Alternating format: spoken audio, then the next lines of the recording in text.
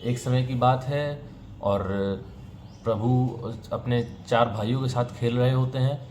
मतलब छोटे ही होते हैं, मतलब अपने पालने में आनंद ले रहे होते हैं। तभी उनके पिताजी आते हैं और उनके अपनी जो उनकी पत्नी थी उनसे कहते हैं कि इनका नामकरण कराना होगा। तो फिर उन्होंने कहते हैं कि ठीक है भाई, कोई अच्छे से आप कोई गुरु को लेकर के आए। तो वो ऋषि वशिष्ठ जी हैं, उनको लेकर के आते हैं और कहते हैं कि भैया हमारे ये 4 पुत्र हैं, इनका नाम रखना होगा, नाम रखना है, तो आप इनके लिए नाम बताइए। तो ऋषि वशिष्ठ जी को भी कोई जानकारी नहीं थी कि क्या हो रहा है उनके साथ। और ये जो पूरा खेल रचा गया था ये प्रभु श्री नारायण जी का, ये भी किसी के बारे में इसको जानकारी नहीं थी कि क्या हो रहा है, कब क्या हो जाएगा, किसके साथ कहाँ से क्या होने वाला है। तो पूरा सब माहौल बिल्कुल एकदम खुशनुमा सा हो जाता है, ठंडी ठंडी हवाएं बहने लगती हैं, सारा माहौल बिल्कुल खुशनुमा सा हो जाता है, क्योंकि राम जी के नाम के नामकरण की बारी आ गई भाई।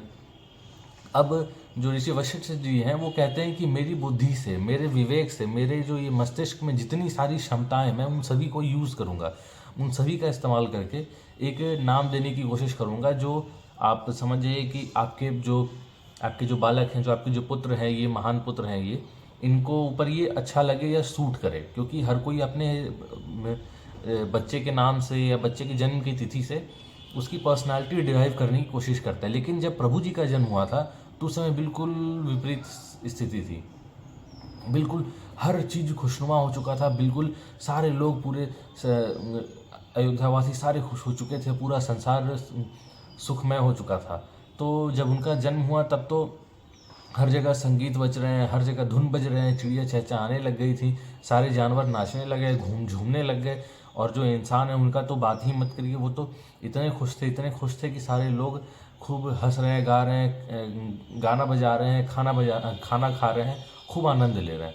लेकिन जब नाम रखने की बारी आई तो फिर वो कह रहे हैं कि भैया हम अपने जीवन में आज तक ऐसे बच्चों को नहीं देखा मैंने कि इनका जब भी नामकरण करने जाऊं तो ऐसी अनुभूति महसूस हो। वो खुद कह रहे हैं कि मुझे तो खुद ही नहीं समझ में आ रहा है। तो वो कहते हैं मेरी बुद्धि, मेरे विवेक, मतलब मैं जितनी चीज़ों का इस्तेमाल कर सकता हूँ, मैं अपने पूरे अपने बुद्धिमत्ता और जितने मेरा एक्सपीरियंस इतने सालों का मैं पूरा यूज़ करूँगा और अपने प्रभु श्री राम जी का नाम रखूँगा। इनफैक्ट प्रभु श्री राम जी को खुद भी नहीं मालूम कि उनके नाम का कितना बड़ा महत्व है। तो वो तो एक अलग चीज़ है वो। और हम जो बात कर रहे हैं आज नामकरण की बात कर रहे हैं, तो वो कहते हैं कि और ऋषि वशिष्ठ जी छोटे मोटे ऋषि नहीं थे या गुरु नहीं कह सकते हम उनको, वो बहुत अव्वल दर्जे के, बहुत खूब पढ़े लिखे, वो खूब सारे वेदों के ज्ञाता थे वो। लेकिन फिर भी वो अपने आप को उससे भी छोटा कर लिए कि नहीं, मैं इनके लिए इनके सामने छोटा ही हूँ, एक बालक से तो छोटा ही हूँ। लेकिन वो उस बालक की जो महिमा थी और उस ऋषि वशिष्ठ की वो उस उम्र का तकाजा देखिए। आप पहले आप उम्र देखिए कि वो कैसे हैं, और वो उस उम्र में है कि वो उतने वेदों का ज्ञान है, लेकिन उस उम्र के बालक से भी वो कह रहे हैं कि मैं अपनी पूरी बुद्धि विवेक का इस्तेमाल कर लूँगा, तब इनका नाम रखूँगा। तब वो पूरा सब अपना लिखा पढ़ी करते हैं, और सब लिखा पढ़ी इन द सेंस मतलब अपने जो उनका काम है, जैसे कि किस नक्षत्र में जन्म हुआ और क्या क्या चीज़ें थी, वो उनका पूरा बनाते हैं और फिर सबका नाम लिखते हैं। तो फिर तब राम का नाम निकल कर के आता है कि जय हमारे जो प्रभु हैं उनका नाम होगा। और ये नाम निकल के क्यों आता है? वो नाम है कि जो सुखमय हो, जिसका नाम सुनते ही सब कुछ सुखमय हो। राम का नाम निकल के आता है जो सुखमय हो, सुख से भी बढ़ के ऊपर है, वो राम है। जिसका स्वाद में भी जिसका अव्वल दर्जे का स्वाद हो, वो राम हो।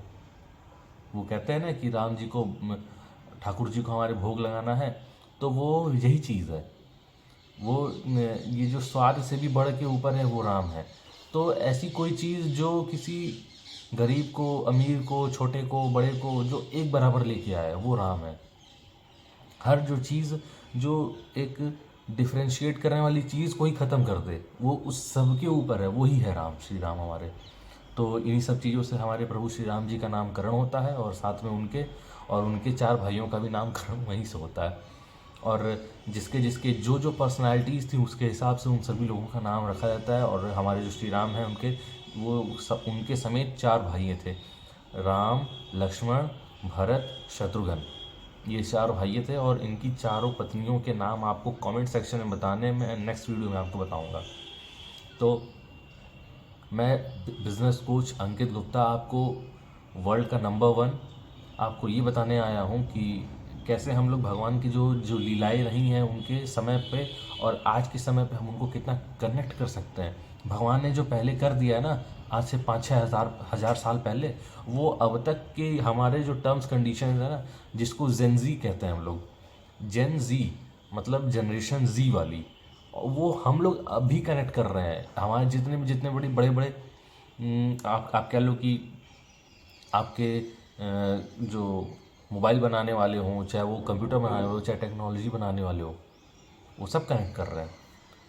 तो भैया ये कनेक्शन जो है ये बहुत ही प्योर है, और इस प्योर कनेक्शन को बनाने के लिए वर्ल्ड्स नंबर 1 बिजनेस कोच अंकित गुप्ता आपके साथ जो आपको चीज़ों को कनेक्ट करना सिखाएगा, कनेक्टिंग द डॉट्स के थ्रू। और आपको पिछली जो हमारी प्रभु की लीलाएं हुई हैं और हमारे जो जितने भी वो हमारे जो लीला हुई उनको हम कनेक्ट करते हैं, और उन सब चीज़ों को कनेक्ट करके आपको एक बिज़नेस लेसन देने का काम करता है। तो यहाँ पे एक देखने और सोचने वाली चीज़ है कि जब ऋषि वशिष्ठ जी वहाँ पहुँचते हैं तो वो कहते हैं कि मैं अपने पूरे इतिहास का, मतलब वो अपने इतिहास का पूरा निचोड़ लगा करके आपको ये नाम देने की कोशिश करेंगे उन 4 भगवान जी के नाम को। तो वो जो सिस्टम वो क्या कहता है, हमारे साथ में जो सिस्टम कनेक्ट करता है वो ये कहता है कि आप कितने भी बलशाली हो, आप कितने भी ज्ञान वाले हो, आपको अपना वो कभी नहीं भूलना है। क्या? अपना सिस्टम कभी नहीं भूलना है कि आपका क्या इतिहास रहा है, क्या आपके जो चीज़ें रही वो आप किस किस के साथ हुई है। आप एक नए आदमी से मिल रहे हो, आप एक नए जो व्यक्ति से मिलोगे, तो आपको अपने आप को बिल्कुल छोटा बना के रखना है कि नहीं प्रभु आप ही हो। इसका मतलब आप ये ना लगा लो कि अब कोई बहुत बड़ा आदमी मिल रहा आप लगे हाथ पैर पकड़ के, नहीं। मेरा मतलब है कि उससे किसी तरीके से मतलब मिसबिहेव टाइप से नहीं करना है। आप जैसे किसी के सामने गए और कहे कि भैया हमको अपनी डील दे दो, नहीं भैया हमको डील दे दो, आप उससे बात करके और आप उसको बताइए कि हाँ हम आपके लिए किस तरीके से फ़ायदेमंद हो सकते हैं और कैसे हम आपके लिए सेल्स इंक्रीज़ करा सकते हैं। तो इन सब चीज़ों का यूज़ करते करते वो बोले कि मैं अपने जीवन भर का ज्ञान आपको देने को तैयार, मतलब उसका इस्तेमाल करके नाम दूंगा मैं।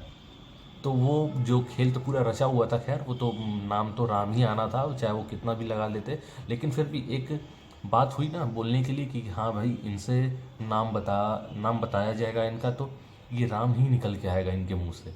और वो अपने आप बोल दिए राम राम, पूरे जग में राम राम गूंजने लग गया।